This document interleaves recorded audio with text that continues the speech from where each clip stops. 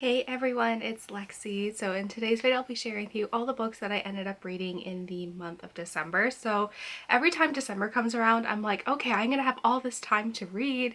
And I just always forget how busy the holiday season is, kind of especially between like going home to Canada, Christmas and like New Year's and all those things, and just trying to get in the holiday spirit. It's like I always forget. I'm like, man, I'm gonna have all this time to read, and then I just forget how crazy it is. So I didn't read as much as I thought I would, but overall I would say it was like a good reading month. It was kind of like meh for the first bit, but I definitely liked the last two books the most that I read in 2021. So yeah, without further ado, let's get started.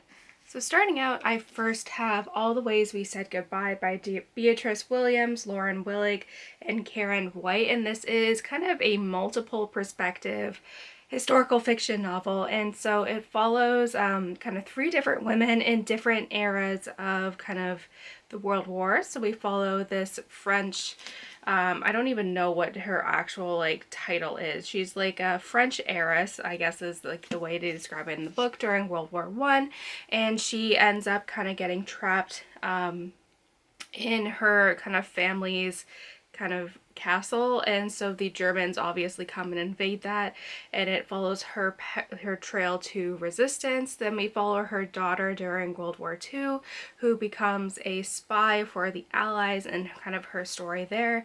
And then kind of 20 years post World War II, we follow another woman whose husband was kind of a spy as well, who received like love letters from this woman, and she realizes after her husband passes away that she wants to find out who this Lafleur, the spy, was, and kind of find out more about kind of her husband's time in Nazi-occupied France. And it kind of goes off from there. So I was really excited going into this one. I felt like just because it covered so many different kind of important decades of kind of world, like 20th century kind of history, I thought I would really like this, but I felt like it was kind of boring. I feel like I did give it 3 out of 5 stars. I did kind of enjoy the endings, but I think the way this is written and the way kind of I've gotten used to kind of the dual perspective historical fictions is that the clues that are connecting the two narratives are very subtle. And this one would slap you in the face. Like you wouldn't even have like, the fun of like trying to be like, okay, I think like this is how it's connected. Like no, they tell you like right away how it's gonna be. And I think that takes away a lot of the fun and kind of the mystery aspects of these kind of interconnected throughout time and history kind of narratives, and I feel like that like didn't make it any fun at all, and like it doesn't leave you guessing, and I feel like everything was just like very, very predictable, which is a little unfortunate because I do feel like this story had the potential to be a lot of fun, especially kind of dealing with the two world wars. I think makes it very interesting. But yeah, it was okay. Like now that I'm thinking about it, maybe it's like a 2.5. But yeah, this is not like the like standout like World War II like historical fiction read of the year. Like it wasn't that good. I felt like it could have been a lot better, and yeah, I feel like especially the World War One narrative I felt like got kind of put on the back burner. I felt like it got lost in the other narratives, and especially with like the modern day one where it follows a woman who's trying to find with her husband, like a lot of an unnecessary amount of time was like focused on her appearance and all these things, which I didn't think was very, it took away from the story. So yeah, like I said, I was a little disappointed by this one. So, and I was holding out reading it until I like knew I would have time to like sit down and focus on it, but yeah, I would say it just kind of disappointed me. So next up I have another historical fiction novel, and it is The Girl from Berlin by Ronald H. Balson, and this is part of his like series. I don't even know what the name of this series is. So basically the premise of this series is that it follows a lawyer and a private investigator, and they team up to investigate crimes that have been committed in history that haven't been brought to justice. So a lot of them do focus around kind of World War II era type things, crimes that just never saw the crimes that never saw justice, and so they kind of focus on that. But yeah, this one follows a violinist named Ada, who is a Jewish girl growing up in Berlin, and just kind of her experience growing up with the rise of the Reich and all these other things, and eventually kind of her experience. So they are approached by someone, like a restaurant owner that they've known for many years, and his aunt is being thrown out of their family villa.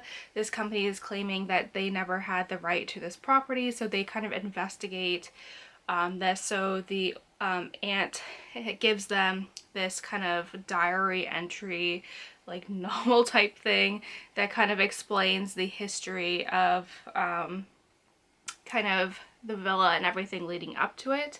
And I did feel like I feel like a lot of the ones that I've read from this author in this series, I've had a much greater connection to the characters, and I felt like the stakes were so much higher. Like this time around, I just wasn't, like, I felt like not a lot happened, like especially for like the first, like basically until like the 300 page mark, like nothing really exciting happens. It just follows Ada being very much kind of dislocated from a lot of the kind of problems that were coming about in Berlin, because she does end up moving away. But it was just like not a lot happens. It's just basically Ada playing her violin for 200 pages, and then eventually towards the end something like picks up. But I thought it was like, again, I never felt like the stakes were that high until the end. Like, especially because I feel like a lot of the other ones, like I'm looking on my shelves here, like Once We Were Brothers, Saving Sophie's, like Carolina's Twins, like those ones were very much focused on kind of the Holocaust side and, you know, concentration camps. And I felt like the stakes were high. Like I felt the kind of anxiety that a lot of the characters had in that environment. And for this one, like this character is never really in any danger until the end. So I was like, I had like, not like empathizing, but it was just, I didn't feel like the stakes were as high in this one. And yeah, I think that's unfortunate because this author is really good. Like I do enjoy kind of the theme of this series of like investigating crime novels and like all those things, and this kind of series is very kind of well known. Like this is a National Jewish Book Awards winner. Like this book series is very much kind of loved for kind of these things. But yeah, this one I just think was just not my favorite, and like I said, the stakes just weren't that high. But yeah, I gave this one a 3 out of 5 stars. I don't remember if I said that or not. So next up, this is a book that I really enjoyed. My boyfriend got this for me for my birthday, and I really liked it. It was actually on my Amazon wish list, so I guess he really knew me really well. But it is Among Others by Jo Walton, and this is a very kind of subtle fantasy coming of age story. So we follow this girl named Maury who has just been shipped off to this boarding school by her estranged father. Prior to kind of the events of that, she was in an accident with her sister, and her twin sister ended up passing away, and Maury has been severely injured with her leg, so she can't walk properly. And her mother, it's alluded to, is a dark witch, and there was some kind of battle between the sisters and the mother that resulted in those events. So Maury is then sent to her estranged father, who then ships her off to this posh boarding school in England, and it kind of goes off from there. I think this is a very subtle fantasy, and it's told through diary entries, and I really liked it. I gave this a 3 out of 5 stars. I really enjoyed the diary entry side of it, where it's very much, the fantasy elements are very subtle, but it's more kind of focused. It's like fantasy with kind of integrating a coming of age story for Maury, and eventually kind of dealing with the events that have happened that resulted in the death of her sister, and then ultimately her kind of trying to kind of defeat her mother. So I did really enjoy that side. Like I think this is a book that you really kind of have to kind of just go in and experience. It is very much also kind of a tribute to the like 1970s sci-fi and fantasy. The main character Maury is very much a reader, and my boyfriend was joking, he's like, I got so many good like book recommendations from here, and like literally there's one page where there's like at least like a dozen like books mentioned. So it's very much also kind of a tribute to kind of like book lovers as well. So yeah, I think this one is one you just need to kind of go into. It's very subtle. It's just you get to kind of see Mori grow throughout the course of this novel. She can be very unlikable at times, but I think that's how you can kind of see her growth.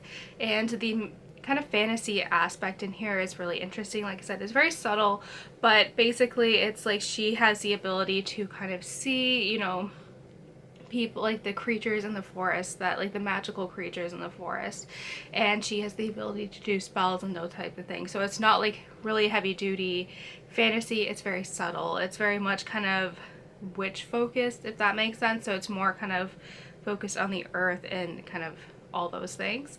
But yeah, like I said, I really enjoyed this. I think it's very subtle, and I think it's one you just really need to go in. A lot of the book references were over my head. Like the only ones I ever knew were like when she was talking about Narnia. But yeah, that was like a hard thing because I'm like, I don't really know all these books she's talking about, but I understood like Lord of the Rings and like the Narnia ones, but other than that, like those ones, a lot of the book stuff went over my head. But yeah, I think this is like a nice subtle fantasy book to read, and I read this around the time where this like winter has just been very foggy, if that makes sense. Like it's not, we haven't had a lot of snow, and it's just been like soggy and foggy and wet, and I feel like this is the perfect book to read kind of with that atmosphere. And lastly, this is a ebook that I picked up from the library, and it is The Golden Compass by Philip Pullman. I think that's the last name of it. But I never read this series as a kid, and I was like, you know what, it's the end of the year. I want to find like a quick short read that, or like a quick read. This book is 400 pages, but it's a fast read. And I was like, you know what, this, like, I've always wanted to read this trilogy, and I know he has like a new spin-off series on this, so I was like, I'll give it a try. But I really liked this. I'm happy I kind of read this towards the end of the year, so it kind of ends the year on a good note. So basically the premise of this series is that we follow a girl named Lyra who has grown up in kind of a parallel Oxford of our world, and so people in this world have demons who are basically animals that manifest your spirit. And so early on in the novel, there's kind of this mystery surrounding this phenomenon called dust, and I'll kind of leave it at that. And she gets tasked, somehow kind of thrown into this world where she kind of has to, she's basically the one that prevents the world from falling apart. We know early on that she is the one very much responsible for kind of the success or failure coming out of this, and she gets gifted this kind of, I don't even know the name of it, but it's basically a special compass that tells her the truth, and so she has to go on a journey and go off from there. I'm sure you guys know, I feel like for this one, I think it's best to kind of not know too much about the plot. But like I said, this one was like, I think this came out late 90s, so I was kind of like the age group for this when these books were coming out, but they're just ones I never got around to. But I was like, you know what, I'm gonna get them from the library and just read them. But I'm happy I did. This has quickly become some of my favorite kind of YA fantasy series. I can see why this like series is so well loved, and I even checked out the HBO series as well, so I get to watch that as well because I'm currently on book 2 now and I really like it. But I just think it's just an interesting world, and especially even though this is written for kids, and I do have a hard time reading kind of YA now because I don't tend to read it very often. Like, I think this is a very readable book regardless of your age, if you're 12 or 13 or 27. Like, I think it is a very well-written book that doesn't write down to the readers, which I think is really important. I do love the story. I think Lyra is such a interesting, rambunctious character, and I'm really excited to see what happens next. Like I said, I really like this. I gave this a 4 out of 5 stars. I was engaged throughout the whole thing, and I think I read this entire book within a matter of like 3 days. Like, I just couldn't put it down. And so yeah, I'm happy I found like a new series that, you know, I've really enjoyed, and it's obviously well loved by a lot of people, but I was late to the bandwagon, but I finally hopped onto this. And yeah, like I said, I'm very happy I decided. I was like, you know what, I'm gonna end the year trying something new, and yeah, I really like it. So that's it, guys. Thank you guys so much for watching. I hope you guys enjoyed this video. Let me know in the comments below what some of the books that you've read this month and all of that fun stuff. So yeah, thank you guys so much for watching. Don't forget to give this video a thumbs up, and I will see you guys next time. Bye, guys.